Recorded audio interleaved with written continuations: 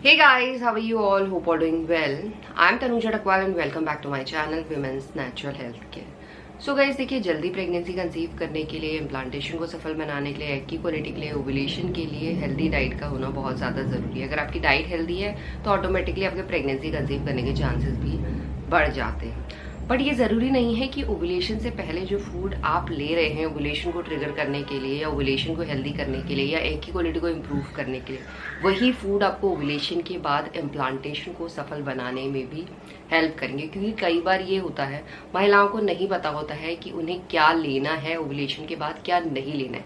क्योंकि ओवुलेशन के बाद का जो फेज होता है वो बहुत ज़्यादा क्रूशियल होता है, इम्पॉर्टेंट होता है और ओवुलेशन के बाद ही डिसाइड होता है कि आपको प्रेगनेंसी कंसीव होगी या नहीं होगी। क्योंकि ओवुलेशन के बाद इम्प्लांटेशन सफल होने में कम से कम 1 हफ्ते का और ज़्यादा से ज़्यादा 2 हफ्ते का टाइम लगता है।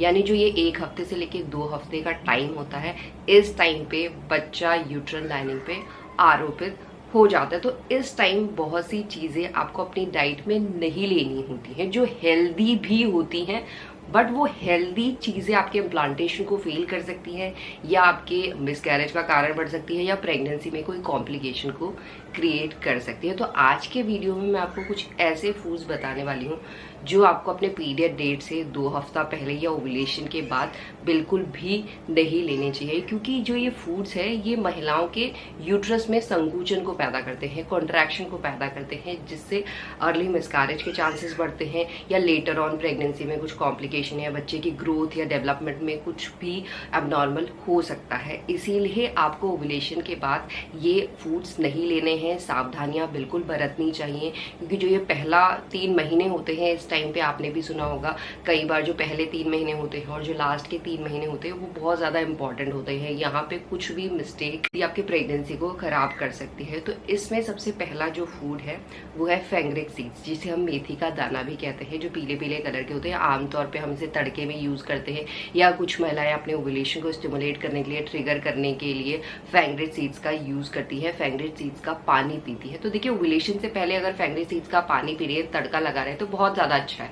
वो आपके ओवुलेशन को भी ट्रिगर करेगा और आपके एग की क्वालिटी को भी इम्प्रूव करेगा। बट ओवुलेशन के बाद आपको फेंग्रिक सीड्स डेली बेसिस पे या डेली बेसिस पे तड़का नहीं लगाना है। अगर आप कभी कभी फेंग्रिक सीड्स का तड़का लगाते भी है तो उसे अवॉइड कीजिए, वो आपके लिए अच्छा रहेगा। क्योंकि जो फेंग्रिक सीड्स है ये डायरेक्टली इम्पैक्ट करता है महिलाओं की प्रेगनेंसी को और प्रेगनेंसी में कॉम्प्लिकेशन के चांसेस बढ़ सकते हैं। इसलिए फेंग्रिक सीड्स की कोई भी आइटम या कोई भी पानी आपको नहीं लेना है। और दूसरा है हींग।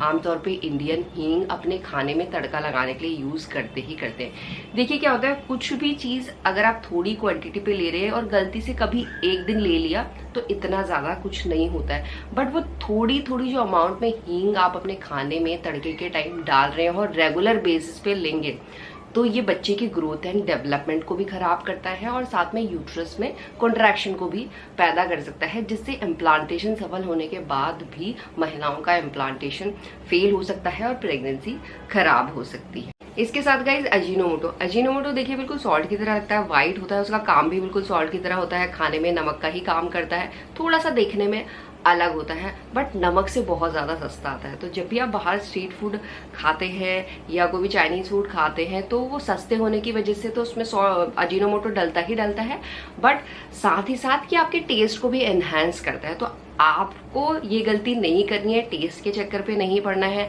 ना ही बाहर का चाइनीज़ फूड खाना है, ना ही बाहर का स्ट्रीट फूड खाना है। क्योंकि अजीनोमोटो वैसे भी नॉर्मली भी आपकी हेल्थ के लिए अच्छा नहीं होता है। और आप प्रेगनेंसी कंसीव करने का ट्राई कर रहे हैं और गलती से भी आपकी डाइट में अजीनोमोटो जा रहा है तो ये आपकी प्रेगनेंसी को खराब कर सकता है। इस बात का आपको बिल्कुल ध्यान रखना है।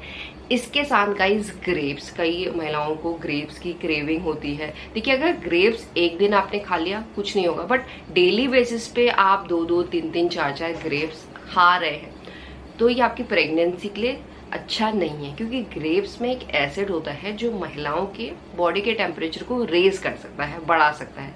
देखिए, जब महिलाओं को प्रेगनेंसी कंसीव होती है तो वैसे ही महिलाओं की बॉडी का टेम्परेचर आधा से लेके 1 डिग्री बढ़ जाता है और अपनी बॉडी में अगर और ज़्यादा हीट को आप क्रिएट कर रहे हैं तो उससे आपका प्रेगनेंसी खराब हो सकता है या मिसकैरेज हो सकता है। और इसके साथ साथ ग्रेप्स लेने से आपको स्टमक रिलेटेड प्रॉब्लम भी क्रिएट हो सकती है। इसीलिए ग्रेप्स को जितना हो सके ओव्यूलेशन के बाद या ड्यूरिंग प्रेगनेंसी या ड्यूरिंग फर्स्ट ट्राइमेस्टर आपको अवॉइड। इसके अलावा आपको सीसमे सीड्स जिसे हम तिल के बीज भी बोलते हैं, व्हाइट कलर के आते हैं, लड्डुओं में पड़ते हैं, तो ये आपको नहीं लेने हैं क्योंकि सबसे पहले तो ये हॉट नेचर फूड में आता है।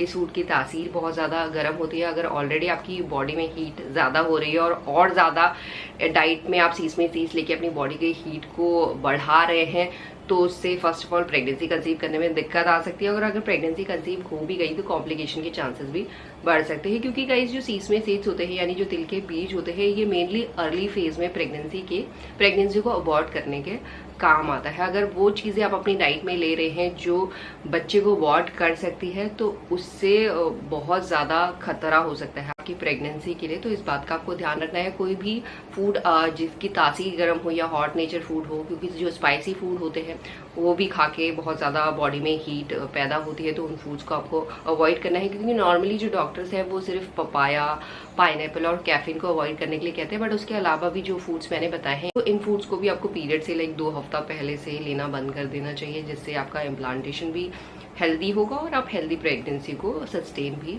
कर पाएंगे। एंड यही है आज का वीडियो गाइस। होप करती हूँ ये वीडियो आप लोगों के लिए हेल्पफुल होगा। And thanks for watching this video. Will see you soon in my next video. Till then bye.